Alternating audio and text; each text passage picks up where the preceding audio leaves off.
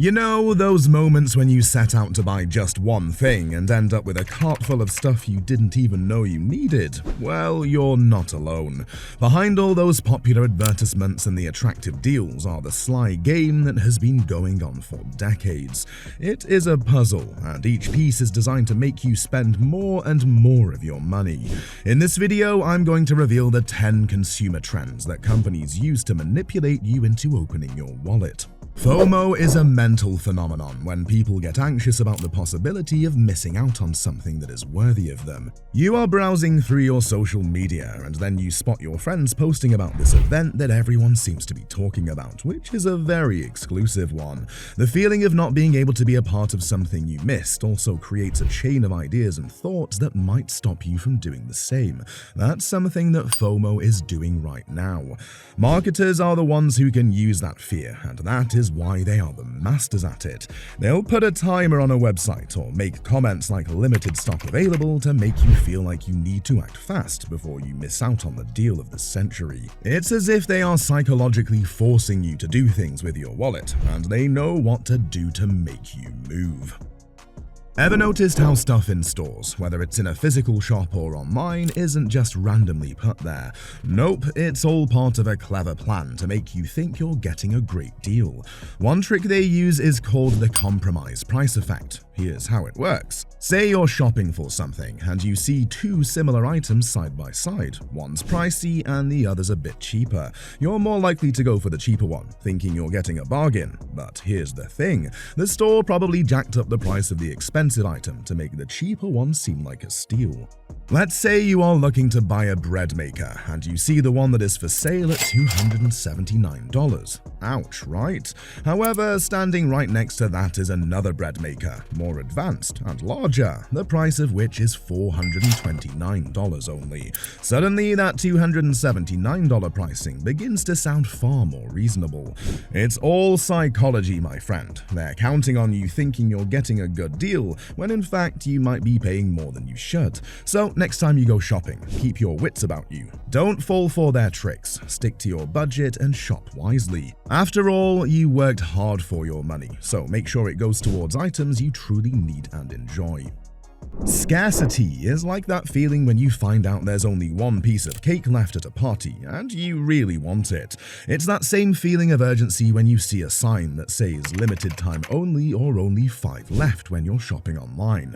Companies know that when we think something's rare or about to run out, we're more likely to buy it right away. Remember those times when you saw a timer ticking down on a website, making you feel like you had to hurry up and make a decision? That's scarcity in action. It's like a little voice in our head saying, you better get it now or you'll miss out. But sometimes companies use scarcity to trick us into buying stuff we don't really need. They make us feel like we'll regret it if we don't buy right away. So it's important to take a step back and think, do I really need this or am I just feeling pressured? You know those prices that end in 99 or 49, like $1.99 or $49? Let me tell you something, they're not just random numbers. They're part of a clever tactic called the magic number 9, and it's been proven to work like a charm.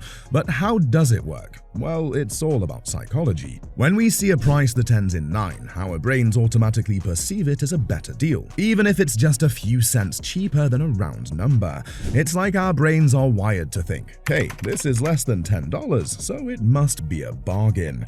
The University of Chicago and MIT found one of the interesting studies in which they printed catalogs with the same item priced at $39, $34, and $44. You would think that the $34 cheap price would fly off the shelves, wouldn't you? Wrong. Interestingly, more people selected the item at $39, and this was despite the fact that it was actually the same product. It's as if our mind automatically feels that prices ending in a 9 are better deals, even though it's not necessarily true. You see, targeted advertising is like having a personal shopper who knows your every desire. Companies collect data about your online habits, like what you search for and what you like, and use it to design ads specifically for you. Imagine that while you are browsing social media, an ad for the shoe you have been wanting for so long pops up for you. Coincidence? Not quite. They are strategically placed to keep the products fresh in your mind, more likely for you to buy them. And it's not just about showing you stuff you already like. Targeted ads can also create a sense of urgency, making you feel like you need to buy now before it's too late. They use tricks like countdown timers or limited time offers to push you into making impulsive decisions. Let's talk about planned obsolescence. It's similar to what happens when companies make products that are meant to get broken or become outdated after a certain period. Have you experienced the phone that starts acting up just when the latest model is out? You've got it. Planned obsolescence at work, isn't it? Companies do this on purpose to keep us buying new stuff. They want us to keep coming back for the latest and greatest gadgets, even if our old ones still work fine. Take smartphones, for example. Some experts say that companies like Apple and Samsung design their phones to start slowing down or having problems after a couple of years. That way, you're more likely to shell out for a shiny new model, even if you didn't really need one. But it's not just phones. It's everything from laptops to fridges. Companies want us to keep buying, even if it's not good for our wallets or the planet. Nowadays, you can subscribe to everything from streaming services to meal kits and even razors that are delivered to your door each month. Sounds convenient, right? Well, here's the interesting thing. While subscriptions may seem like a bargain at first, you may find yourself spending more money on them in the long run. Take streaming services, for example. Sure, signing up for one or two might not break the bank, but before you know it, you've got half a dozen subscriptions eating away at your paycheck each month. It isn't only streaming services though. It's a fact that all these options from meal kit subscriptions, beauty boxes to pet toys start to count on your pocket. And studies have shown that most people totally forget they're even paying for those, meaning they're not using the stuff they are paying for. Imagine that you are buying a new pair of headphones online, then you come across a product with hundreds of raving reviews, all of them saying that the item is great for sound quality and comfort. Excited by the encouraging response, you hit add to cart without any hesitation. But some of those reviews may be from fake people. They may be generated by bots, automated programs designed to leave false reviews. It might not seem like a big deal at first, but here's why it matters.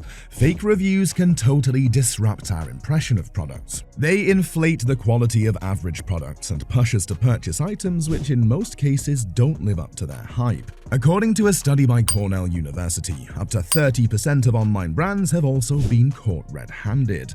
Don't let the bots trick you into making a purchase you might regret. Instead, do your research, look for patterns in the reviews, and trust your instincts before hitting that buy now button. Greenwashing is just like the wolf in sheep's clothing. Firms often use selling words like eco-friendly and sustainable to make the consumer feel satisfied, but realistically, they would not be doing much to really help the environment. However, it's not just about the small players who are involved. Likewise, big brands with deep pockets are guilty too. They know that we all care a lot more about the planet, so they use greenwashing to catch our attention and increase their sales. One of the most famous cases of greenwashing is the Volkswagen diesel emissions scandal.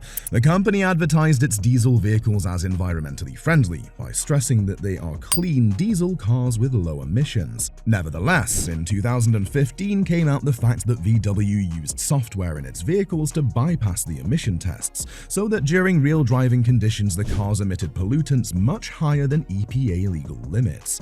The public scandal also showed that the automotive industry can use greenwashing and thus damage the reputation of companies. Companies play into this desire for exclusivity by offering limited quantities of products or memberships, creating a sense of urgency and making us feel like we have to act fast before they're gone. Take, for example, the frenzy around designer collaborations with high street brands like H&M or Target. People line up for hours just to get their hands on a piece of that exclusive collection.